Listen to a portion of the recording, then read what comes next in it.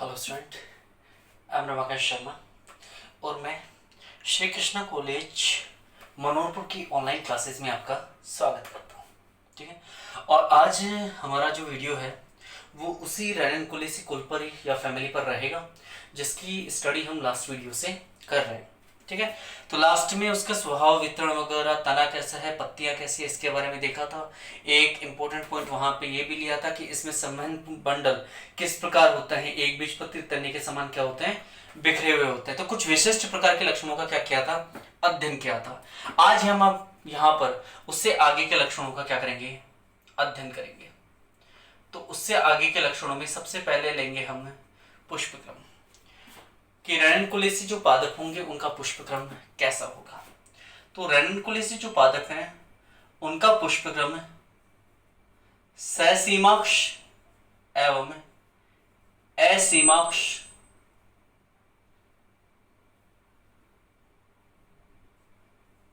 दोनों प्रकार का होता है।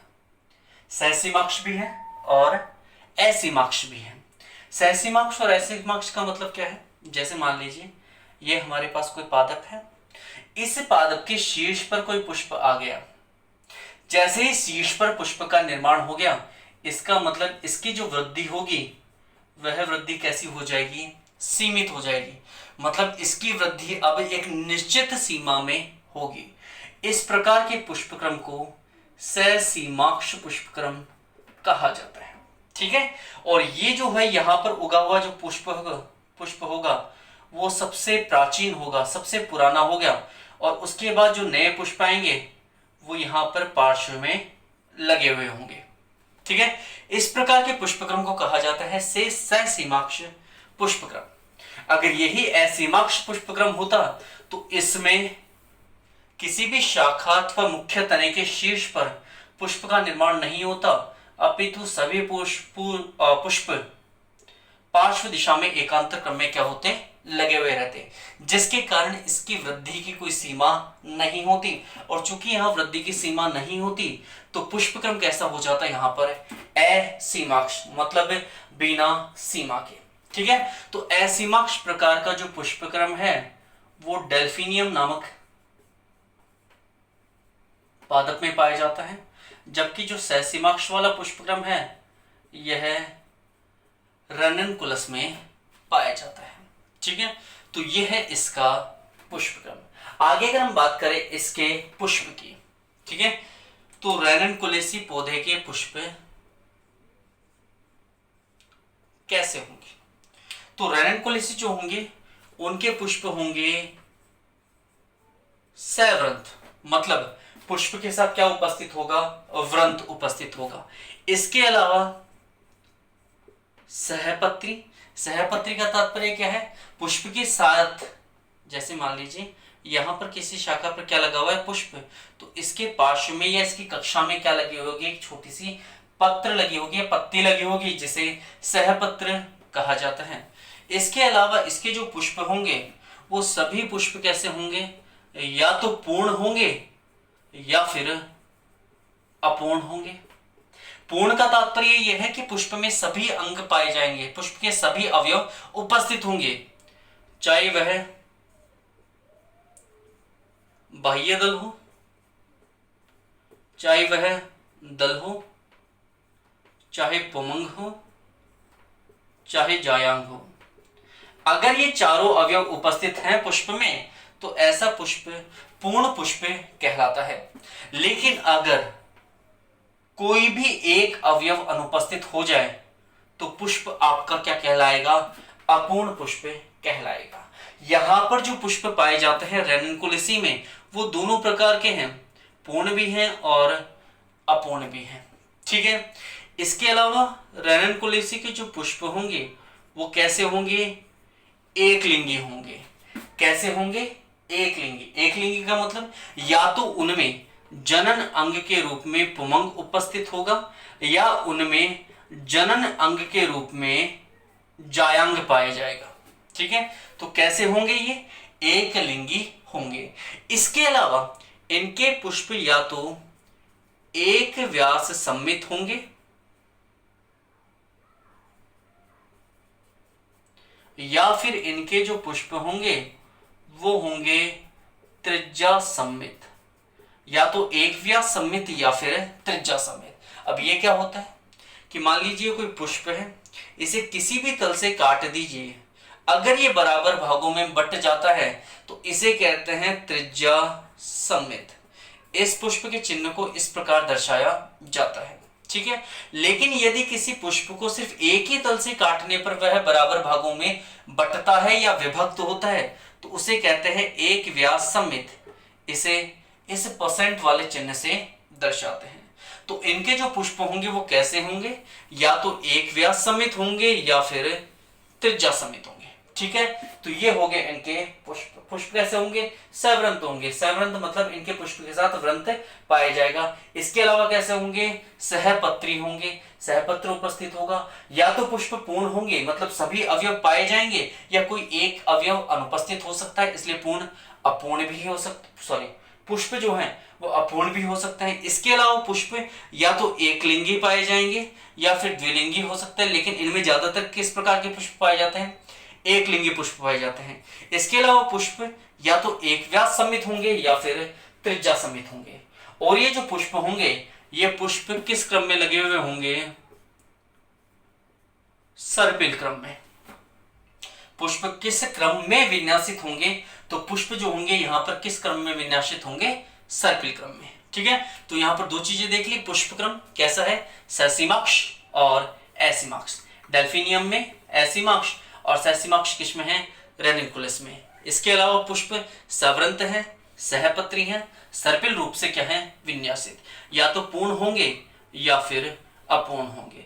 पूर्ण होंगे तो सभी अवयव पाए जाएंगे और अपूर्ण होंगे तो कोई एक अवयव क्या होगा, अनुपस्थित। इसके अलावा पुष्प क्या होंगे, एक लिंगी, या तो पमंग पाया जाएगा या जायांग पाया जाएगा। इसके अलावा पुष्प या तो एक व्यास सममित होंगे या फिर होंगे त्रिज्या सममित, ठीक है। ये थे इसके पुष्प के लक्षण। इसके बाद बात करते हैं इनके पुष्प के अवयवों की। तो सबसे पहले आएगा बाह्य दल पुंज, जिसे कैलिक्स भी कहा जाता है। इसे प्रदर्शित करते हैं के द्वारा। तो यहाँ पर जो बाह्य दल होंगे, बाह्य दल पुंज जो होगा वो किसके द्वारा मिलने से बनता है, बाह्य दलों से मिलने से बनता है, जिनकी संख्या यहाँ कितनी बताई गई है, 5। ये सभी बाह्य दल क्या होंगे, स्वतंत्र होंगे और इसके अलावा कभी कभी क्या होंगे, कोर स्पर्शी। कोर स्पर्शी का मतलब जैसे ये हो गए 5 बाह्य दल, ठीक है। तो इनके जो किनारे होंगे वो एक दूसरे से क्या करेंगे, स्पर्श कर सकते हैं, मतलब टच कर सकते हैं। आच्छिद्य भी हो सकता है, टच भी कर सकते हैं। इस प्रकार एक दूसरे से क्या हो सकते हैं, जुड़े हुए हो सकते हैं, ठीक है। इसे कहते हैं कोर स्पर्शी। या फिर एक दूसरे से क्या हो सकते हैं, मुक्त भी हो सकते हैं। तो यहां पर बाह्य दल पुंज कितने होंगे, 5 होंगे। कैसे होंगे, स्वतंत्र या फिर कोर स्पर्शी, ठीक है। सेम चीज रहेगी यहां पर दलपुंज की भी। किसकी रहेगी, दलपुंज। किसके द्वारा प्रदर्शित किया जाएगा, सी के द्वारा, ठीक है। लेकिन यहां पर दलपुंजों की जो संख्या होगी वो दलपुंज जो होंगे वो दलों के आपस में मिलने से बने, और दलों की संख्या भी यहां कितनी होगी, 5 होगी। ये दल भी कैसे होंगे, स्वतंत्र या फिर कोर स्पर्शी। कैसे होंगे, स्वतंत्र या फिर कोर स्पर्शी, ठीक है। उसके बाद आएगा परिदल पुंज। परिदल पुंज किसके द्वारा प्रदर्शित करेंगे, पी के द्वारा, ठीक है। किसके द्वारा प्रदर्शित करेंगे, पी के द्वारा। इनकी संख्या रेनकुलेसी पुष्पों में कितनी होती है, 5 से 15 तक। और ये कैसे पाए जाते हैं, ये स्वतंत्र अवस्था में पाए जाते हैं। और कभी कभी कैसे हो सकते हैं, वही सेम चीज, कोर स्पर्शी। चाहे बाह्य दल पुंज हो, चाहे दल पुंज हो, चाहे परिदल पुंज हो, ये स्वतंत्र और कोर स्पर्शी होते हैं, ठीक है। उसके बाद परिदल पुंज के बाद इनमें पाया जाता है मकरंद पर्ण। कौन से पर्ण, मकरंद पर्ण। मकरंद पर्ण क्या होते हैं, रेनकुलेसी के पौधों में असंख्य पुमंग या फिर पुंकेसर पाए जाते हैं। अब ये जो पुंकेसर होते हैं ये दो चक्रों के या सर्पिल चक्र में क्या होते हैं, व्यवस्थित होते हैं, जिनका बाहरी जो चक्र होता है यानी कि पुमंगज का जो बाहरी चक्र होता है, किसका बाहरी चक्र, पुमंग का कौन सा चक्र, बाहरी चक्र, रूपांतरित होकर किसका निर्माण करता है, मकरंद पर्ण का। मतलब पुमंग का जो सबसे बाहर का चक्र है वो क्या कर देता है, वो रूपांतरित हो जाता है, किसमें रूपांतरित हो जाता है, मकरंद पर्ण के अंदर। किसमें रूपांतरित हो जाता है, मकरंद पर्ण के अंदर। ठीक है, सामान्यतः यह हिलोबोरस नामक पौधे में देखी जाती है। किसमें देखी जाती है, हिलोबोरस नामक पौधे में, जिनमें मकरंद उपस्थित भी हो सकता है और अनुपस्थित भी हो सकता है। तो ऐसी पर्णे जो मकरंद के समान व्यवहार करें या जिनमें मकरंद पाया जा सकता हो, ऐसी पर्णों को क्या कहते हैं, मकरंद पर्ण कहते हैं। ठीक है, तो इनके पौधों में मकरंद पर्ण भी पाई जाती है। उसके बाद करें बात, तो हम बात कर रहे हैं अब पुमंग की। रेननकुलिसी में जो पुमंग होते हैं वो संख्या में कैसे होते हैं, असंख्य होते हैं। संख्या में कैसे हैं, असंख्य। और किस रूप में पाए जाते हैं, मुक्त रूप से। मुक्त रूप से मतलब जुड़े हुए नहीं पाए जाते हैं। और कैसे व्यवस्थित है, सर्पिल क्रम में। सर्पिल क्रम में कितने चक्र बनाएंगे, दो प्रकार के चक्र बनाएंगे, एक बाहरी चक्र और दूसरा आंतरिक चक्र। जैसे कि हमने अभी थोड़ी देर पहले पढ़ा था कि पुमंग के जो बाहरी चक्र होते हैं वो किसका निर्माण करते हैं, मकरंद पर्ण का, जबकि जो आंतरिक चक्र में उपस्थित होंगे वो वास्तविक रूप से क्या कहलाएंगे, पुमंग ही कहलाएंगे। ठीक है, तो ये हो गया इसका क्या, पुमंग। उसके बाद हम बात करेंगे इसके जायांग की। ठीक है, तो यहां पर क्या था, सबसे पहले बाह्य दल पुंज कितने थे, बाह्य दल 5, कैसे, स्वतंत्र और कोरस्पर्शी। दल पुंज दलों के मिलने से बना होगा, दल कितने हैं, 5, कैसे, स्वतंत्र और कोरस्पर्शी। इसके अलावा क्या पाए जाएंगे, परिदल पुंज, किससे प्रदर्शित करेंगे, पी से। पी मतलब पर्यंत, संख्या कितनी है, 5 से 15। ये भी कैसे होंगे, स्वतंत्र, लेकिन ज्यादातर कैसे पाए जाते हैं, कोर स्पर्शी। इसके अलावा पुमंग का जो बाह्य चक्र होगा वो क्या बनाएगा, यहाँ पर मकरंद पर्ण बनाएगा। क्या बनाएगा, मकरंद पर्ण, जिनमें मकरंद पाया भी जा सकता है और नहीं भी पाया जा सकता। सामान्यतः जो मकरंद पर्ण होती है वो हिलोबोरस नामक पौधे में देखी जाती है। इसके अलावा यहाँ पर पुमंग जो होंगे उन्हें ए से प्रदर्शित किया जाएगा, असंख्य संख्या में होंगे, मुक्त अवस्था में पाए जाएंगे और किस रूप में विन्यासित होंगे, सर्पिल क्रम में विन्यासित होंगे। एक बनेगा बाहरी चक्र जो मकरंद पर्ण बनाएगा और एक होगा आंतरिक चक्र। ठीक है, उसके बाद हम बात करते हैं गायनोशियम की या फिर जायांग की। किससे प्रदर्शित करते हैं, जी के द्वारा इन्हें प्रदर्शित किया जा सकता है। कैसी संरचना है, बहु अंडपी संरचना। बहुत सारी इसमें क्या पाए जाते हैं, अंडप पाए जाते हैं और ये अंडप एक दूसरे से क्या है, अलग अलग होते हैं, इसलिए इस स्थिति को क्या कहते हैं, वियुक्ता अंडपी। बहुअंडपी तो है, अंडप तो बहुत हैं, लेकिन कैसी है, वियुक्ता अंडपी संरचना पाई जाती है। सामान्यतः जो इनके जायांग होते हैं वो कैसे होते हैं, वे एक कोष्ठीय होते हैं। कैसे होते हैं, मतलब एक ही कोष्ठ के द्वारा निर्मित होते हैं, जिसमें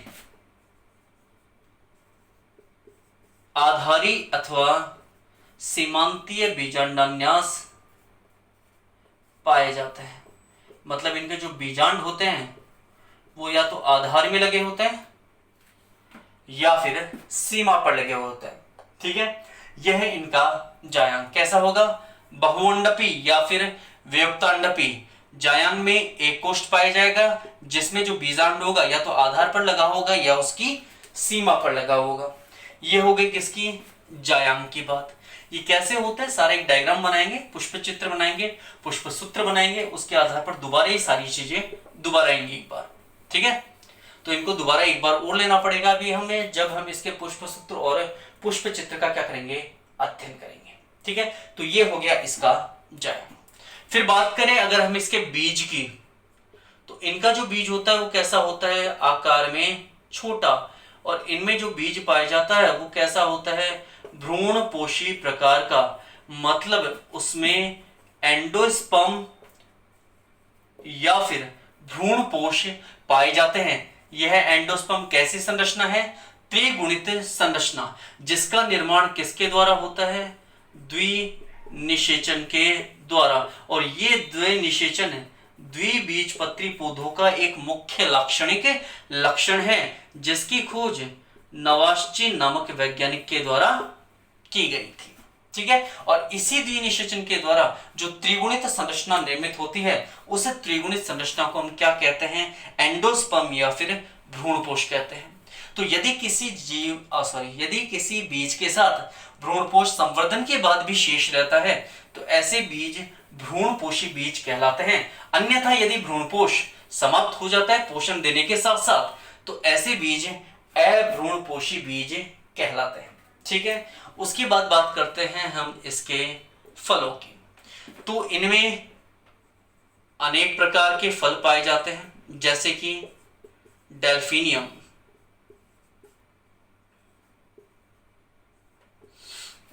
जैसे कि हमारे पास एक पौधा है, कौन सा? डेल्फिनियम। इस डेल्फिनियम में फॉलिकल प्रकार के क्या पाए जाते हैं? फल। मतलब इनमें जो फल है वो उसका प्रकार कौन सा है? फल का प्रकार है फॉलिकल। इसी प्रकार एकेन प्रकार के फल भी पाए जाते हैं। किसमें पाए जाते हैं? क्लीमेटस। याद होगा ये एग्जांपल आपको, ये आरोही पादप में लिया था इसको हमने कि कैसा है ये? आरोही प्रकार का पादप है। इसके अलावा इसका जो पादप है एक्टिया, इस एक्टिया में बेरी प्रकार के फल उपस्थित होते हैं। और सबसे लास्ट जो एग्जांपल है वो है नाइजीला। कौन सा एग्जांपल है? नाइजीला। और इस नाइजीला के अंदर कैप्सूल प्रकार के क्या पाए जाते हैं? फल पाए जाते हैं। तो इस प्रकार इनके अंदर विभिन्न प्रकारों के फल पाए जाते हैं, जैसे कि फॉलिकल हो गए, जैसे कि अकीन हो गए, जैसे कि बेरी हो गए, और कैप्सूल प्रकार के फल हो गए। डेल्फिनियम जो है उसमें फॉलिकल प्रकार के आ जाएगा, क्लेमेटिस जो है उसके अंदर अकीन प्रकार के आ जाएगा, एक्टिनिया के अंदर आ जाएगा बेरी प्रकार का, और नाइजीला के अंदर आ जाएगा कैप्सूल प्रकार का फल। ठीक है, तो इस प्रकार इनमें अनेक प्रकार के क्या पाए जाते हैं? फल भी पाए जाते हैं। उसके बाद हम स्टार्ट करेंगे इससे रिलेटेड पुष्पक्रम और पुष्पचित्र और पुष्पसूत्र। ठीक है, फ्लोरल फॉर्मूला और फ्लोरल डायग्राम। उसके बाद ये चैप्टर हो जाएगा आपका समाप्त। तो लास्ट हमारा पॉइंट बचा है पुष्पचित्र मतलब फ्लोरल डायग्राम, और पुष्पसूत्र मतलब फ्लोरल फॉर्मूला। ठीक है, इसको स्टार्ट करेंगे हम नेक्स्ट वीडियो में। Thank you so much.